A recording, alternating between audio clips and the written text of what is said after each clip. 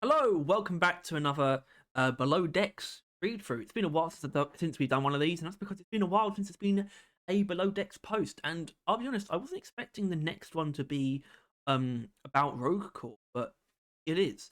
So the last Below Decks post we got was actually in November, right at the end of November 2023, and it was a Rogue Core one as well. It was about I think that one was about sound design. I'm pretty sure. Obviously, look, yeah, harvesting sound. Today we have, and I'll show you now, below decks a ghost ship creating creeps for rogue core. So yeah, they look pretty interesting. This is about enemies that they've been making, so slash prototyping, designing. Still work in progress. These guys are not 100% confirmed for the game, but there has been a lot of progress made on this idea, and they look really fucking cool. So you know what we do here for the posts? I do kind of just read them through, pretty much verbatim. And yes, Ghost Ship are okay with that. But I still do try and provide my insights and opinions more so at as many points as I can. I think I want to start exactly. I want to start with this this image here, basically. This gives us an idea of some of the things we're going to see later on in the post. But I just really like the idea that's being conveyed here. We have this sort of humanoid esque creature. I especially like this render, what it could look like in game, somewhat. I'm a big fan of that. Yeah, these fuckers look pretty creepy, and I don't want to get into it by reading it. So let's go.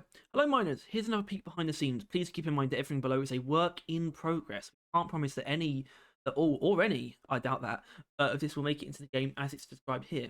Just to give an idea of what we're working on and where things might enjoy, and it's very much so welcomed. It's been a while since they had these. We're not like dying of thirst in terms of games, but I'm quite a comfortable place right now, knowing that they're trudging along with season 5. But it's still very cool to see, especially something from Rogue Core out now is actually kind of nice.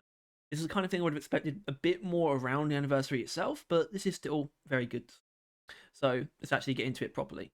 Also, that is round jumping on the. Hope she's not interrupting the recording. It can be disgusting. It's a rainy Tuesday in February, and Casper's creating the Crawler. Casper Olsen is a 2D and 3D artist and a new hire here at Ghost Ship Games. One of his very first assignments is to draft up a prototype creature for Rogue Core. This prototype might not make it into the final game, but it's a first stab to set the direction for the new game's enemies. For now, it's called the Crawler, or the Hoxie's. Casper's job starts with a project brief from the game design team, who lay out a general vision for what sort of creature they'd like to behave. The brief, true to its name, is only 11 short bullet points. One bullet point near the bottom reads, "It can be disgusting." Yeah, so it's the original project brief for the crawler, which is a very cool, like behind the scenes thing to see, sort of behind the scenes material that they're actually using to in their work, which is really cool. I like seeing this kind of. Let's actually just read through it. So we've got the Hoxie crawler effect. I can click. The Hoxie's crawler, humanoid creature that crawls on all fours, deep dweller, predator slash soldier, used to high pressure and temperature. Doesn't need light and is not scared of it. It's not a morphed, deformed, or suffering creature. It's not a zombie or an experiment parasite infected horror. It is born and or grown like this. What do you mean grown? I don't know. I don't like that. Its skin is pale and thin, stretched over its bones. Could have areas with another layer of skin or thicker layers of protection. Could have bones that are fused together to form armored areas. Thick, exaggerated, strong tendons instead of muscles. Imagine muscle shapes but with super thick muscle fibers. Naked. Yep. Layered, open slash peeling element weapons. It can be disgusting. Careful not to make it too alien. Should strive for the uncanny valley feeling. Means it has to have human features. So that gives you an idea of what they're going for here. I love everything going on here, especially the idea of making it like humanoid enough to look humanoid, but really not be a human.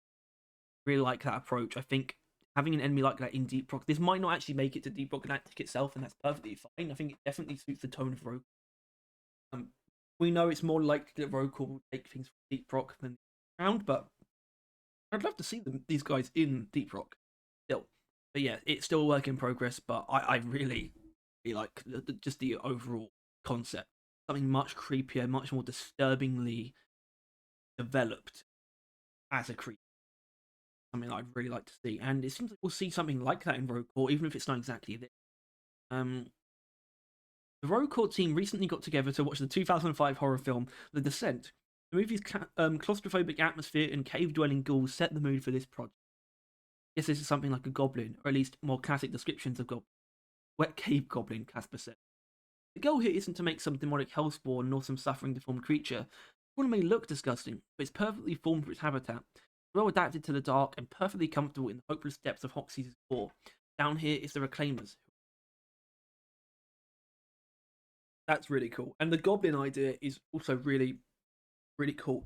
It's not literally a goblin, but if it's drawing on sort of design implications of what goblins tend to be, and the description and just like the general colloquial idea of what it's I really like that approach. Them thinking along those lines, sort of blending fantasy and sci-fi a bit. The nature of the beast. During initial conversations about Rogue Core's enemy design, the phrase body horror gets thrown around. Good. Jacek, art director at Ghost Ship Games, is emphasizing a sort of uncanny valley feeling for some of the enemies in Rogue Core.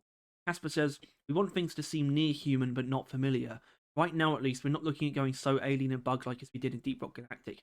That's actually cool that they're taking a different approach, like for like the general enemy concept. I think we'll still be seeing a lot of the ones that we understand, but this is almost implying that Glyphid grunts might not be the most common enemy. We might be looking at something quite different. While the crawler may be humanoid, different drafts of the creature borrow traits and behaviors from across the animal kingdom. Casper's experimenting with the idea of the crawler being able to hang from the ceiling in a dormant state, to be awakened by the headlamp of a careless reclaimer. Another proposal makes the crawler more of a perching watcher, hearing from the shadows as it monitors a threat. The inspiration here comes from prairie dogs, and the way an alarmed pack responds to nearby predators. Wait, what exactly is a prairie? I don't know dogs that well.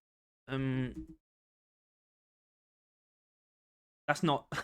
It's not a dog. It's not a dog. Wow. Well, there you go. That tells you how much I know. Okay, sure. I mean, that doesn't. That's not creepy, but these designs are though. Jesus Christ.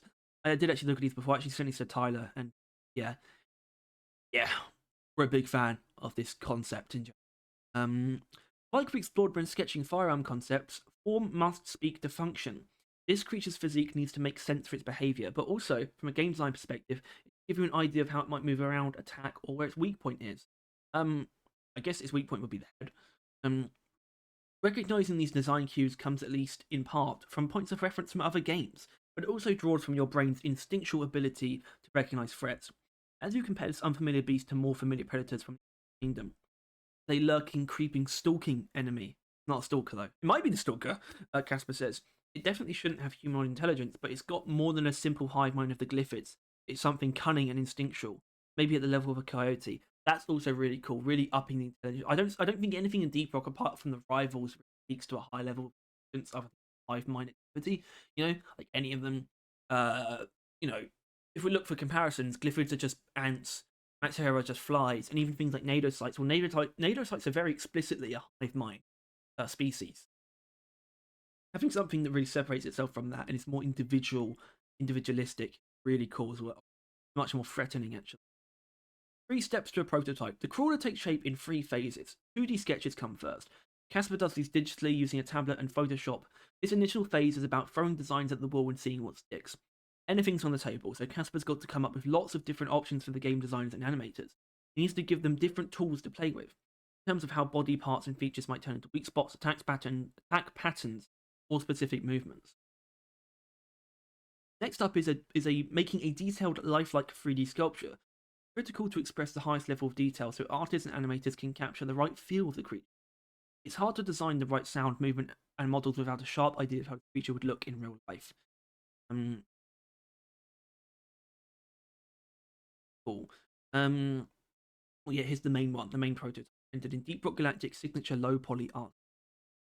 Final stage is rendering the creature in the limited polygon art style from Deep Rock Galactic. This process involves dialing down the details a little bit. Casper's challenge here is to decide what features are evocative, how to express that in rogue art style. When we're working with this style, it's about focusing on big gestures and recognizable features. A big part of it is also budgeting our polygons. We've got to think about which areas are most important to a creature's identity or design. We can focus our details and shape count there. A lot of time we focus that detail around the face and in the hands are quite thin and They're very small, but they're very distinct. They're not just an amorphous blob. Taxonomy of Rokor. One of the first prototype enemies for Rokor, the crawler's design helped set the tone for the rest of the creatures that come after it. Viewed as a whole, the Rokor's enemies need to make sense together. Expressed visually, they should have some shared traits, or perhaps reflect similar adaptations to their subterranean habitat. It doesn't say that every creature will look similar, but in biological terms, they should come from the same taxonomic kingdom. Think of a human and a blue whale, Casper. These animals don't look alike, but when you start to explore their skeletal structure or their organs and how they function, you can see how they're at least related. On the same planet, we'd like to do something similar here. Crawler is still far from finished, and even then, it's only still a prototype. As the design takes shape, it will also need to work within the constraints of the game engine. It might limit how it can move and interact with the terrain, patterns it might have, or how it cooperates with others. Casper's 3D render is the first armature to be imported into the game engine and used as a working model. As the animators and game designers explore how the creature works or doesn't work, its appearance and the role may transform in response. We definitely throw the ball back and forth between departments a lot, and it's still not set in stone at this point, Asper said. We know we want this somewhat humanoid creature that creeps around, sort of stalks in the shadows type. Beyond that, it's still all flexible. And that's it. If you have a suggestion for what you'd like to read about next Below Decks, pop it. Yeah. So, just on the whole, I think that was a brilliant Below Decks post. It really got stuck into the actual process of designing and the ideas surrounding designing enemies and approach that they take. And I just love that. It gets into the tone a lot. I mean, not just do I like how it's getting into these, I like what it's getting into. I think that's really important.